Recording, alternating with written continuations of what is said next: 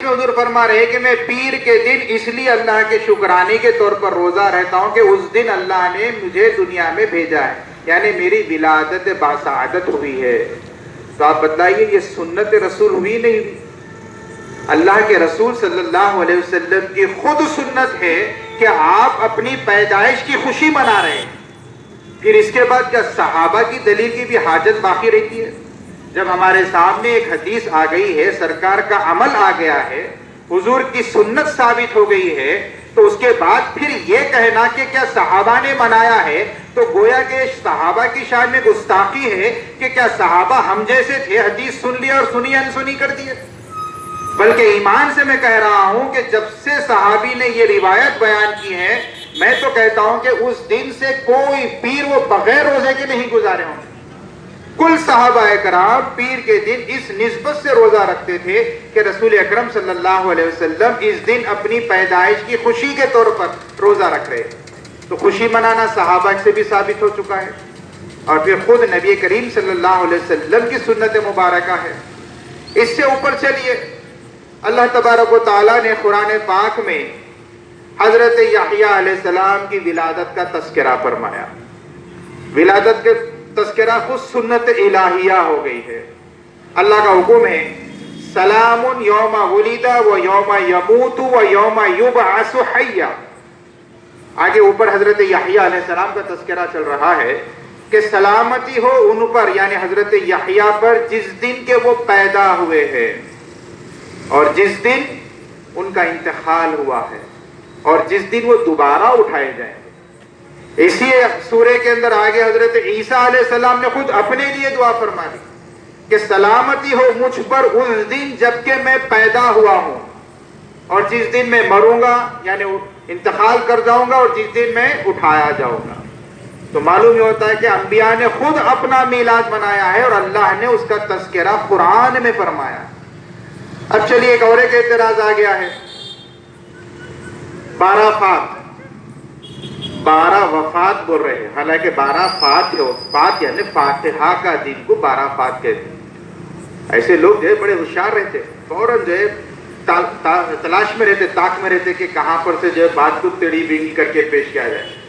کہتے ہیں کہ 12 وفات نہیں، 12 فات یعنی 12 کے دن عموماً اس دن فاتحہ ہوتی تھی تو 12 فات کہتے ہیں۔ نہیں، اس دن نبی کی وصال بھی ہوا، انتقال بھی ہوا ہے، ٹھیک ہے، ہوا ہے تو کیا کرنا چاہیے؟ غم منانا چاہیے۔ ہاں، صحابہ کے اوپر اتنا جو ہے غم تھا، اتنا جو ہے پہاڑ ٹوٹ جیسے، گویا کہ ان پر قیامت آ گئی تھی۔ ہر سال، جس سال نبی کریم صلی اللہ علیہ وسلم کا وصال ہوا، یقیناً صحابہ کے لیے کوئی قیامت سے کم بات نہیں تھی، لیکن ہر سال وہی حالت تھی، وہی غم منائے صحابہ ہر سال۔ شریعت نہیں معلوم تھی صحابہ کو کہ 3 دن سے زیادہ غم منانا شریعت میں نہیں ہے۔ آج ہم 10 محرم الحرام کو سیدنا امام حسین کی شہادت مناتے تو یہی لوگ کچھ اعتراض کرتے ہیں 1400 سال گزر گئے، اب تک کیا غم لے کے بیٹھے، اور اب پھر کہتے ہیں کہ 12 کو وفات ہوئی حضور کی، یہ لوگ غم منانے کا خوشی منا رہے ہیں۔ وہاں غم منائے تو اعتراض، یہاں خوشی منا رہے تو غم مناؤ، آخر کدھر ہے؟ تھوڑے تیتر تھوڑے بٹیر بنے گئے، کبھی ادھر کبھی ادھر۔ اور ایک بات عرض کرتا ہوں میں آپ کے سامنے، مان لیجئے کہ 12 تاریخ کو وفات ہوئی ہے، ہم جشن منا رہے ہیں، کیا لکھ رہے ہیں؟ جشن میلاد النبی۔ ایک صاحب تو انتہا کر دیے، میلاد النبی کا جشن منانا یہ شرک ہے۔ ارے اللہ کے بندے، اللہ کی ذات اور صفات میں من و عن کسی کو شریک کرنا شرک ہے۔ حضور کا میلاد خود یہ بتا رہا ہے کہ میلاد، پیدا ہونا، شرک کی نفی ہے۔ اب کیا نعوذ باللہ اللہ کا میلاد منانا تھا، رسول کا منا رہے ہیں، اعتراض کر رہے ہیں؟ تو نہ شرک معلوم، نہ کفر معلوم، نہ بدعت معلوم۔ اچھا، بدعت بھی کہتے ہیں، مختصر عرض کرتا ہوں، بات بہت طویل ہو جائے گی۔ بدعت کہتے ہیں کوئی نئی چیز دین کے اندر شامل ہونا۔ اب آپ بولیے دین کیا ہے؟ 5 فرائض کا نام دین ہے۔ کلمہ طیبہ میں اگر کوئی چیز شریک کر دے تو وہ ہے بدعت، اور حضور نے فرمایا کل بدعت ضلالہ وکل ضلالۃ فی النار۔ ہر بدعت گمراہی ہے اور ہر گمراہی دوزخ میں جانے والی۔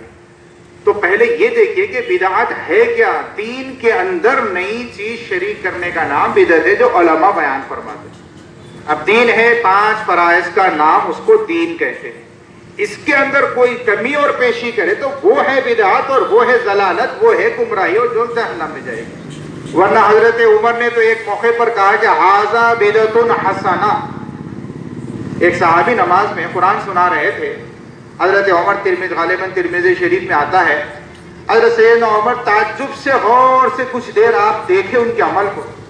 یعنی پہلا عمل تھا، سیدنا عمر کو یہ چیز نہیں معلوم تھی، تو تعجب سے آپ نے اس کو دیکھ کر جب آپ نے اس چیز کو پسند فرمایا تو آپ نے ارشاد فرمایا کہ ھذا بدعۃ حسنہ. بدعت فرما رہے حضرت سیدنا عمر، یہ بدعت ہے ضرور لیکن اچھی ہے فرما رہے. تو معلوم یہ ہوتا ہے کہ ہر بدعت گمراہی نہیں ہے. وہ بدعت ہے جو دین اسلام کے 5 فرائض میں اگر کوئی شریک کر لے، کلمے میں کمی یا پیشی کر لے، زیادتی کر لے، وہ ہے بدعت.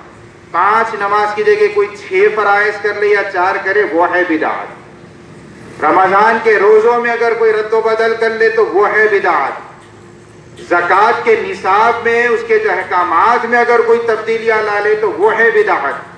حج کے ارکان میں اگر کوئی تبدیلیاں لا لے، زائد کر لے یا کوئی چیز کو خطا کر دے، چھوڑ دے، وہ ہے بدعت. تو بدعت کہتے ہیں دین اسلام کے جو 5 اراکین ہیں جن کو دین کہتے ہیں، اس میں کمی و پیشی کا نام بدعت ہے. ورنہ بہت ساری چیزیں بدعت ہی ہو جائیں گے، ہم آپ دونوں بھی بدعت میں مبتلا ہو جائیں گے. کیا حضور نبی کریم صلی اللہ علیہ وسلم کے زمانے مبارکہ میں یہ پارے تقسیم کیے تھے؟ قرآن کے 30 پارے تھے. حضور کے زمانے میں کیا 30 پارے تھے؟ پھر بدعت بھی دے دی. آپ بولیں گے کہ بدعت کیسا ہوئے تو اچھی چیز ہے. سیدنا عمر نے یہ فرمایا ھذا بدعۃ حسنہ. زیر زبر پیش تجدید کچھ بھی نہیں تھا پہلے. آج ہم بھی اردو پڑھتے ہیں بغیر زیر زبر پیش کے پڑھتے. ایسے اس زمانے میں اہل لسان تھے، وہ اپنی زبان جانتے تھے، بغیر اعراب کے پڑھتے تھے. اب اعراب لگا دیا گیا تو یہ بھی تو بدعت ہو رہی نا. اور پھر ایک بات عرض کرتا چلوں، حضرت امام بخاری رحمت اللہ علیہ خود بخاری شریف کے مقدمے میں آپ نے تحریر فرمایا ہے کہ کوئی حدیث میں نے اس بخاری میں اس وقت تک شامل نہیں کیا جب تک کہ وہ جو آپ شرائط بیان فرمائے اس پر پوری اترے. پھر میں روضے نبی صلی اللہ علیہ وسلم کے اور منبر مبارک کے درمیان بیٹھتا اور تازہ غسل کرتا، پھر 2 رکعت نفل ادا کرتا، پھر اللہ سے دعا کرتا ہوں کہ پروردگار اگر اس میں مجھ سے کچھ غلطی ہو جائے تو معاف فرمانا. پھر اس کے بعد میں اس کو بخاری شریف میں شریک کرتا. اب آپ بتلائیے یہ بدعت ہے نہیں ہے؟ بدعت مطلب نئی چیز ہے نہیں ہے. آپ بولیں گے بدعت کے معنی کیا ہے؟ بدعت کے معنی ہے، اچھا اور ایک بات عرض کرتا ہوں، بدعت اللہ کی شان ہے. یہ بدعت ہمارے جیسے جو الفاظ میں ہم ذہن میں لیتے ہیں. اللہ فرماتا ہے بدیع السماوات والارض، اللہ زمین اور آسمان کے اندر نئی نئی چیزیں پیدا فرماتا ہے. تو بدعت کے لفظی معنی ہوئے کہ نئی چیز کا یعنی شریک ہونا. تو حضرت امام بخاری رحمت اللہ علیہ نے یہ بدعت کی یا نہیں کی؟ بدعت کے مطلب بدعت حسنہ، نئی چیز، اچھی چیز. کیا کسی صحابی سے ہم نے یہ سنا ہے کہ وہ جا رہے ہیں اور کہے کہ حضرت آپ نے حضور کی حدیث سنی، ہم تک سناؤ؟ تو وہ کہتے ہیں کہ ٹھہرو میں ابھی غسل کر کے آتا ہوں، 2 رکعت نفل پڑھتا ہوں، پھر تب تمہارے کو حدیث سناتا ہوں. کوئی صحابی نے عمل نہیں فرمایا. حضرت امام بخاری نے اپنے اوپر یہ شرط فرما لی. یہ احتیاط تھی ان کی. بخاری شریف کے اندر جو انہوں نے احتیاط برتے ہیں، دیگر محدثین فرماتے ہیں کہ امام بخاری نے جتنی احتیاط بخاری شریف میں فرمائی ہے، ہم اگر اس پر کریں تو احادیث کا ذخیرہ بہت سارا ہٹ جائے گا کتب حدیث. چنانچہ امام مسلم کے کئی ایسے جو ارشادات ہیں کہ امام بخاری نے اس چیز کو جو نہیں لیا لیکن میں اس چیز کو لیتا ہوں. شرائط تھے. بہرحال تفصیلات بہت زیادہ ہے، مجھے اس میں جانا نہیں ہے. تو میں عرض یہ کر رہا ہوں کہ نبی کریم صلی اللہ علیہ وسلم کی میلاد کی خوشی منانا خود سنت الہیہ ہے، سنت رسول صلی اللہ علیہ وسلم ہے، اور کل صحابہ اکرام کی سنت ہے، کل ائمہ کی سنت ہے، محدثین کی سنت ہے. آپ نے حضرت والا سے سنا، حضرت شاہ عبدالحق محدث دہلوی رحمت اللہ علیہ، شاہ ولی اللہ محدث دہلوی رحمت اللہ علیہ کے والد ماجد شاہ عبد الرحیم رحمت اللہ علیہ ہر سال بڑے اہتمام سے منا رہے تھے. ایک سال وہ جو ہے آپ نے ابھی سماعت فرمایا, تفصیلات میں نہیں جاتا ہوں, کہ چنے پر انہوں نے جو ہے میلاد کی محفل منعقد فرما لی. خواب میں کیا دیکھتے ہیں کہ حضور نبی کریم صلی اللہ علیہ وسلم ان چنوں کو تناول فرما رہے ہیں. تو میرے آقا صلی اللہ علیہ وسلم کی رحمت کا یہ معاملہ ہے کہ ہم جس انداز سے بھی, جس حد تک بھی خوشی منائیں, سرکار اس کو قبول فرماتے ہیں, بشرطے کہ شرعی حدود کو قائم رکھیں. چند انٹرینڈ لوگوں کو دیکھ کر, جن کو بھی کوئی تربیت نہیں ہوئی, ان کو دیکھ کر اعتراض کرنا یہ بات غلط ہے. دیکھیں, میں نے ایک صاحب سے کہا کہ آپ اتنا روک رہے ہیں, اس کے باوجود بھی کیوں نہیں رک رہے لوگ, اس میں آپ کی غلطی ہے. وہ بھڑک گئے, انہوں نے کہا میرا کیا اس کے اندر غلطی کا معاملہ ہے, میں تو روک رہا ہوں مگر روک نہیں رک رہے. مطلب یہی جواب ہمارا ہے, آپ کے منہ سے میں سننا چاہ رہا تھا, میں جواب دوں تو پھر ایک اعتراض آتا تھا. اب آپ کا جواب میرا جواب وہی ہے. آپ بتلائیے, کیا کسی معتبر عالم دین یا کسی معتبر مستند مدرسے کے کوئی ذمہ دار شخص نے یہ اپیل کی ہے کہ ڈانس کرو, ڈی جے باکس لگا کے ناچو, یا عرش اب ایک دوسرے کے اوپر ڈال لو, یا اسٹیکر منہ کو لگا لو؟ کیا بتلائیے کسی سے سنے ہیں آپ؟ یہ انٹرینڈ بچے ہیں جن کو بھی کچھ معلومات ہوئی نہیں. ایک صاحب نے کہا کہ یہ بچے جو ہے میلاد کی محفلوں میں نمازیں جو ہے قضا کر دے رہے. بولا یہ ایسے بچے ہیں جو آج بھی نہیں پڑھ رہے, کل بھی نہیں پڑھنے والے ہیں. آپ ان کو چھن کے لے کے آئے کہ بول رہے کہ آج قضا کر دو, کل پکڑ کے لاؤ, پھر پرسوں لاؤ. آپ بتلائیے, اگر اللہ کے فضل و کرم سے آپ میں 5 وقتہ نمازی ہے, ہم سب کچھ کریں گے, لیکن جب نماز کا وقت آ جائے گا تو برابر نماز ادا کریں گے. کوئی نمازی میلاد کے جلسے میں نماز چھوڑتا ہی نہیں. آپ لکھ کے رکھ لیجئے, جو پڑھتا ہی نہیں انہیں کچھ تو بھی کر لے رہا, اس کو پکڑ کے بولے نماز چھوڑ دے رہا, بولتے انہیں 12 تاریخ کو بھی چھوڑ دیا, 10 کو بھی چھوڑ دیا, 15 کو بھی چھوڑ دیا, 18 کو بھی چھوڑ دیا. بلکہ میں تو ایسوں کو دیکھا ہوں جو نماز چھوڑنے کے عادی تھے, یعنی نماز پڑھتے ہی نہیں تھے, میلاد کی محفلوں میں لوگوں کے ساتھ نماز پڑھنا شروع کر دیے. تو سکے کے 2 رخ ہے, ایک رخ کو دیکھ کے آپ جو اس کو بدنام کریں گے, یہ غلط بات ہے, یہ مناسب نہیں ہے. ایسے لوگ جو نماز کی پابندی نہیں کرتے, ان کو چاہیے کہ میلاد کی محفلوں میں بھی نماز پڑھیں, بلکہ نمازی بن جائے. اصل خوشی کی بات تو یہی ہے کہ میلاد کا اصل جو جشن ہے وہ یہ ہے کہ حضور نبی کریم صلی اللہ علیہ وسلم کے بتلائے ہوئے طریقوں پر چلیں. اللہ تعالیٰ نے قرآن پاک میں اطاعت اور اتباع 2 کا ذکر فرمایا. آپ دیکھیں, اطاعت اللہ کی بھی ہوتی ہے, رسول کی بھی ہوتی ہے. اطیعوا اللہ و اطیعوا الرسول. بعض مقامات پر تو اللہ تعالیٰ نے صرف حضور کی اطاعت فرما دیا, وَمَن يُطِعِ الرَّسُولَ فَقَدْ أَطَاعَ اللَّهَ. حکم فرما دیا کہ جس نے رسول کی اطاعت کی, در حقیقت اس نے اللہ ہی کی اطاعت کی. کہیں آگے لوگوں کو یہ موقع نہ ملے کہ اللہ نے یہاں پر اطاعت رسول کا ذکر نہیں, صرف اطاعت الہی کا کیا ہے. اور آپ دیکھیں پورے قرآن میں کہیں پر بھی اللہ نے تنہا اپنی اطاعت کا ذکر فرمایا ہی نہیں. جہاں کہیں بھی اطاعت کا ذکر آئے گا, اللہ کی اطاعت اور اس کے رسول کی اطاعت کا حکم آئے گا. اور اگر اس سے ہٹ کر اگر آئے گا تو اطاعت رسول کا تنہا ذکر آئے گا, وہاں اطاعت الہی کا ذکر نہیں آئے گا. تو معلوم کیا ہوا کہ اطاعت الہی اگر کوئی کرتا ہے تو اللہ نے خود فرما دیا ہے کہ وَمَن يُطِعِ الرَّسُولَ فَقَدْ أَطَاعَ اللَّهَ, کہ جس نے رسول کی اطاعت کی حقیقت میں اس نے اللہ ہی کی اطاعت کی. تو اب کوئی گنجائش باقی نہیں رہی کہ اعتراض کرے کہ یہاں پر اللہ نے اپنی اطاعت کے ساتھ حضور کا اطاعت کا ذکر نہیں فرمایا. ایسا تو قرآن میں ہوا ہی نہیں. دوسری چیز ہے اتباع. اتباع غیر اللہ کی ہوتی ہے, اللہ کی اتباع نہیں ہوتی. اتباع کے آپ دیکھیں اگر لغت اٹھائے تو اطاعت اور اتباع کے معنی ایک جیسے دکھیں گے آپ کو. فرما برداری, دیکھا دیکھی, ان کی جو ہے بات پر عمل کرنا.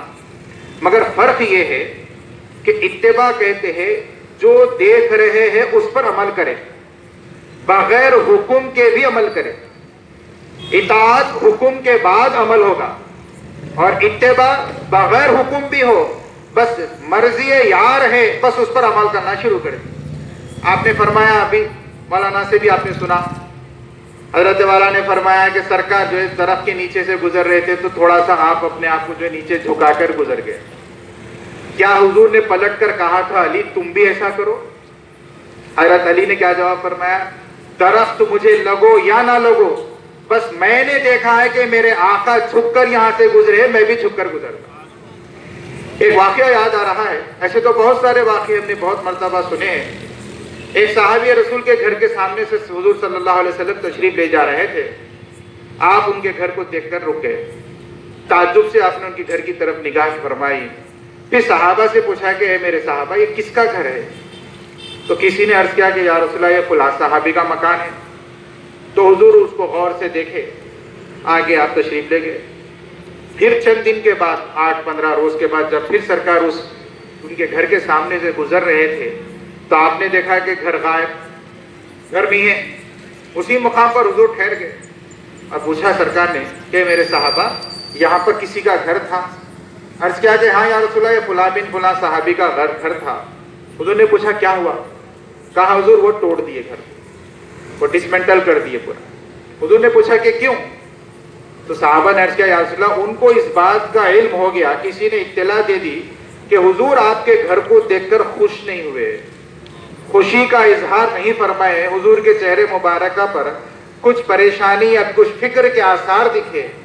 تو جیسے ہی وہ صحابی کو پتا چلا, وہ دل میں انہوں نے خیال کیا کہ اس میرے گھر سے میرے آقا ناخوش ہے, لہذا انہوں نے اس گھر کو توڑ دیا. اب آپ بتلائیے اس درجہ محبت رکھنے والے تھے صحابہ اکرام. کیا یہ میلاد کی خوشی ہمارے جیسے مناتے ہیں؟ دیکھیے آپ برا مت مانیے, ہم جیسے ویسی میلاد منا رہے ہیں, وہ جیسے ویسی میلاد مناتے تھے. ایک صاحب نے بہت اچھی بات کہی, صحابہ جھنڈیاں لے کے پھرے کیا؟ تو انہوں نے جواب دیا کہ صحابہ کے زمانے میں قرآن لکھنے کے لیے پیپر ایک موجود نہیں تھے تو جھنڈیاں کہاں سے لے کے نکلتے؟ چپڑوں پر پتوں پر لکھا جاتا تھا, اور ویسے دور میں پیپر کہاں سے لے کر آتے تھے؟ اس لیے جھنڈیاں نہیں لگائے صحابہ. میں کہتا ہوں کہ ہر صحابی جھنڈی لگائے اپنے دلوں میں لگائے تھے, ہمارے جیسا جھنڈے ڈنڈے لے کے نہیں پھرے. اپنی جانوں کو ہتھیلی پہ لے کر پھرتے تھے صحابہ. ویسوں سے آپ پوچھیے جھنڈے لگائے تھے کیا؟ ہجرت کا وقت ہے, سرکار عالم صلی اللہ علیہ وسلم کے ساتھ صدیق اکبر ہے رضی اللہ تعالی عنہ, اور دوسرے صحابی حضرت علی ہے. سرکار عالم صلی اللہ علیہ وسلم اپنے بستر پر ان کو آرام کرنے کے لیے لٹا دیے, سلا دیے, اور فرمایا کہ علی جن جن کی امانتیں میرے پاس رکھی ہے ان تک پہنچا کے پھر مدینے میں آ کر مجھ سے ملاقات کرنا. یہ جملہ سنتے ہی حضرت علی فرماتے ہیں میں بے فکر ہو گیا کہ اب موت مجھے آنے والی نہیں ہے تاکہ میں حضور سے ملاقات نہ کروں. اس اطمینان سے سو گئے. آپ بولیں گے کہ گارنٹی مل گئی تھی اس لیے سو گئے, زخمی تو ہو سکتے تھے نا, دھوکے میں مارے تو زخمی تو ہو سکتے تھے, موت تو نہیں آئے گی یقین ہو گیا. آج ہم کو کہے کہ بھائی فلاں آدمی آپ کو جو ہے مرڈر تو نہیں کر دے گا لیکن آپ کو جو ہے زخمی کر دے گا, وہ تو بھی بھاگیں گے ہم ڈر کے. تو سیدنا علی نے فرمایا وہ سب فکر ہی نہیں فرمایا, آرام سے بستر مبارک پر سو گئے. میرے پردادا حضرت علامہ حسام الدین فاضل علیہ رحمہ اپنے اشعار میں فرماتے ہیں یہ واقعات کو, وقت ہجرت ابو بکر وہ سیدنا علی, جہاں وہ دل سے ہے دونوں تجھ پر فدا یا مصطفیٰ. ایک تیرے ساتھ ہے سر کو ہتھیلی پر لیے ہوئے. صدیق اکبر حضور کے ساتھ چل رہے ہیں, عجیب و غریب ماحول. جب چلتے ہیں تو کبھی سرکار سے آگے ہو جا رہے, کبھی پیچھے ہو جا رہے, کبھی دائیں کبھی بائیں. یہ بے قراری کو دیکھ کر حضور نے کہا کہ صدیق اکبر ابو بکر یہ کیا پریشانی ہے؟ کبھی آگے ہو جا رہے ہو, کبھی پیچھے ہوتے ہو, کبھی دائیں ہو جاتے, کبھی بائیں ہو جاتے, یہ پریشانی کیا ہے؟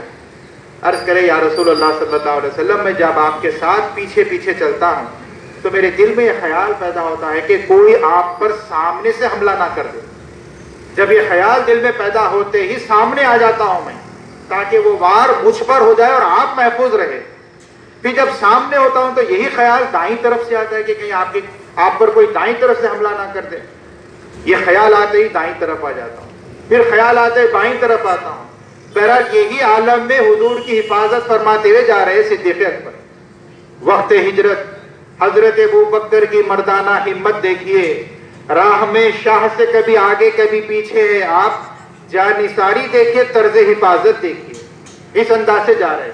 تو حضرت فرماتے ہیں کہ وقت ہجرت حضرت ابو بکر وہ حضرت علی, جہاں وہ دل سے دونوں تجھ پر فدا یا مصطفیٰ. ایک تیرے ساتھ ہے سر کو ہتھیلی پہ لیے, قتل کو تیار دشمن جا بجا یا مصطفیٰ. دوسرا بستر پہ تیرے سو گیا ہے چین سے, جہاں کی پرواہ نہیں اسے ذرا یا مصطفیٰ. دونوں عالم تیرے دونوں جان نثاروں پر نثار, جان فاضل ان کے قدموں میں فدا یا مصطفیٰ. یہ محبت تھی صحابہ سے. تو بہرحال میں عرض یہ کر رہا تھا کہ انہوں نے کہا کہ یا رسول اللہ یہ صحابی کو یہ علم ہو گیا، اس بات کا اندازہ ہو گیا کہ اس مکان سے آپ خوش نہیں ہیں، تو انہوں نے گھر توڑ دیا۔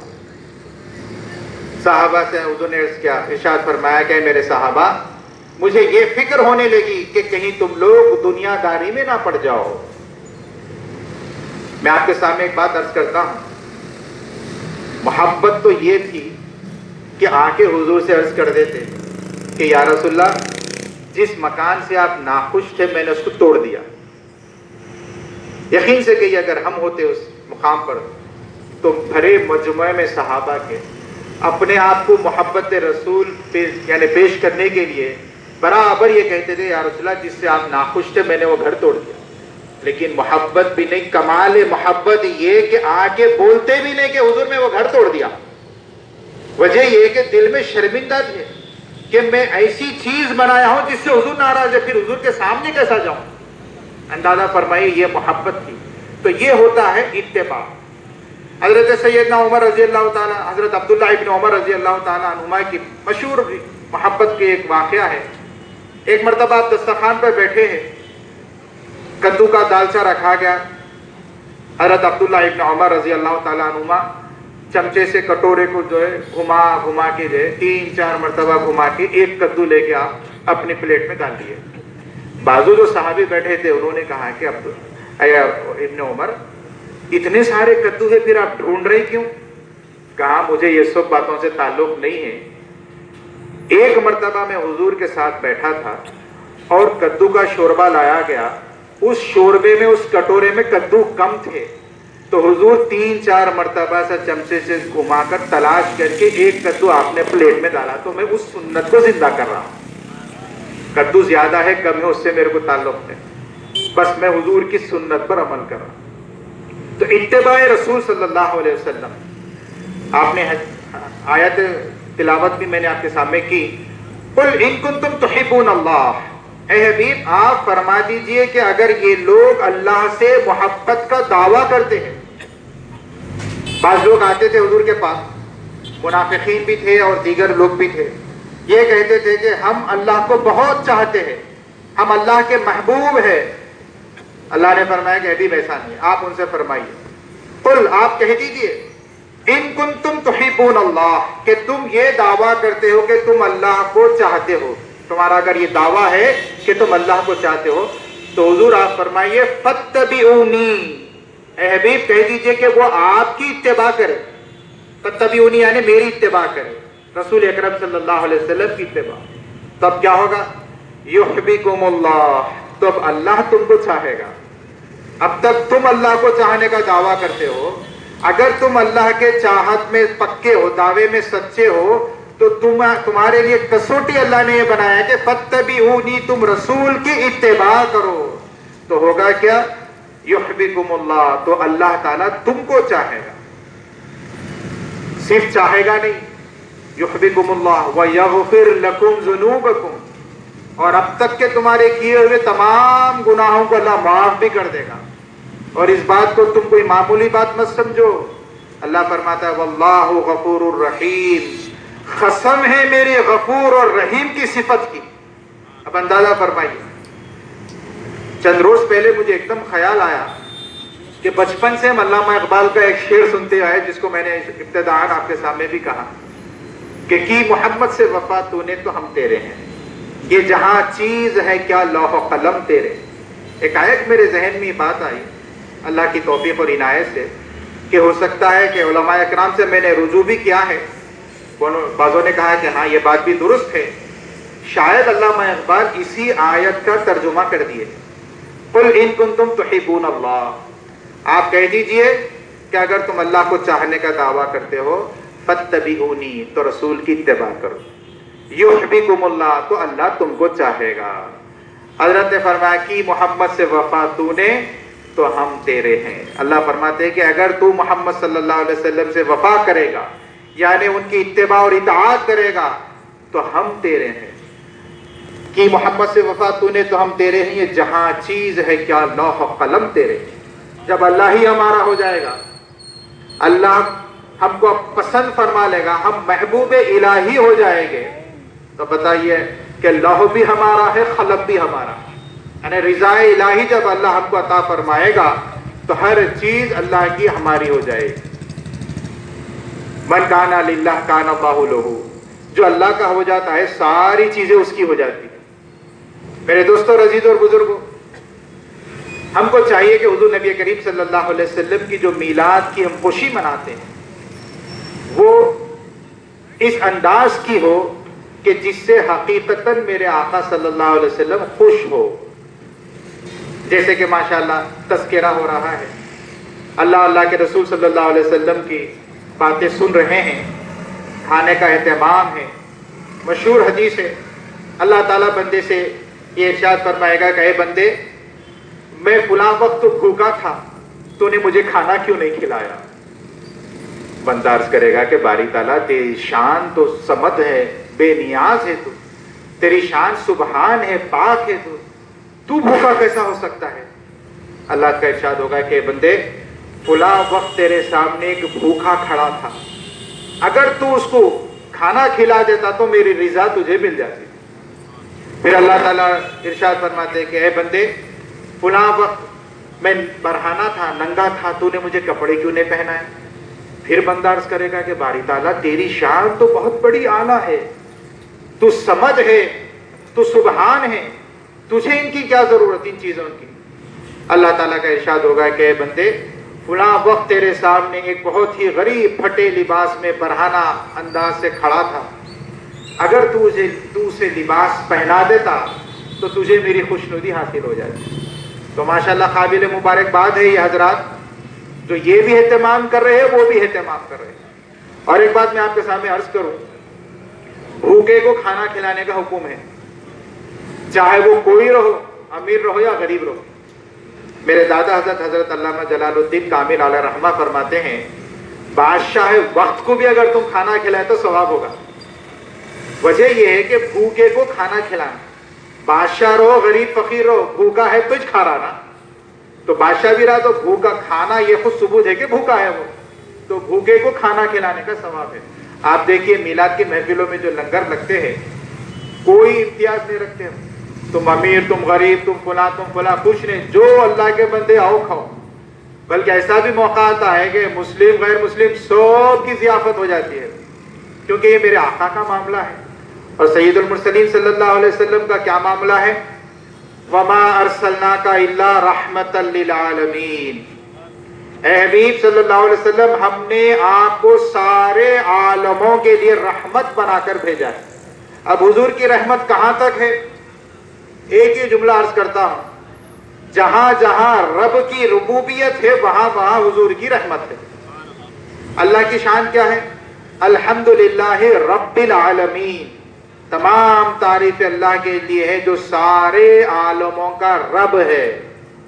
حضرت عبداللہ ابن عباس رضی اللہ تعالیٰ عنہ فرماتے ہیں 18,000 عالم ہیں، بعض روایتوں میں آتا ہے 24,000 عالم ہیں.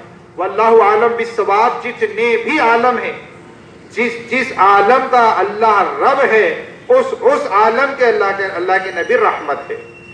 وما ارسلناک الا کافۃ للناس بشیرا ونذیرا. اے حبیب، ہم نے آپ کو بھیجا ہے ساری انسانیت کے لیے خوشخبری سنانے والا اور عذاب سے ڈرانے والا. تو حضور کا معاملہ تو سارے عالموں کے لیے، نہ صرف اس دنیا بلکہ ہر عالم کے لیے سرکار کا معاملہ ہے. تو عید کی میلاد کی خوشی منانا بہت ہی برکت کی بات ہے. اور ایک بات عرض کر رہا ہوں، پتہ نہیں یہ بخاری شریف کیوں نہیں پڑھتے؟ کتاب النکاح میں بھی یہ حدیث آئی ہے، ابو لہب کا مشہور واقعہ ہے. اس میں بھی ایک صاحب حد پار کر گئے، اس میں سے بھی نکالے بعض چیزیں.